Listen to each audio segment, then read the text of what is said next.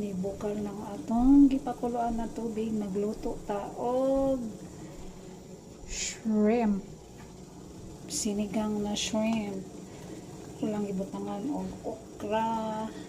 Kung ano lang ang naa sa ref na mo available nga gulay. Mao akong gibutang. Akong butangan og repolyo. Napoy okra nya, nay agbati man, nay daghan.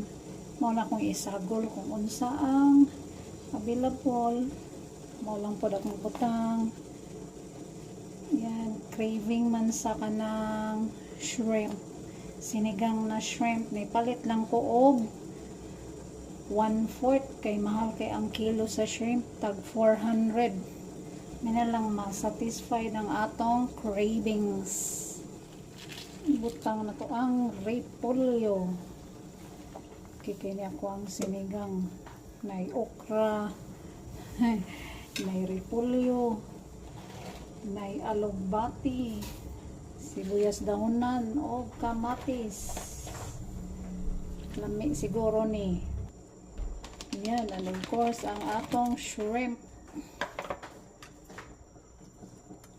Ayan, dali raman ni. Uwahi lang siya gilunod kay dali raman luto.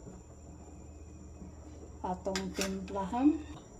Ayan na, luto na ang ating sinigang na shrimp. Isagulan og alugbati, repolyo, okra, kamatis, sibuyas dahon, og onions. And of course, ang atong sinigang mix. Kaon na ta. Mao ni among pamahaw karon. Thanks for watching. Kalami sa sinigang na shrimp. Cravings satisfied.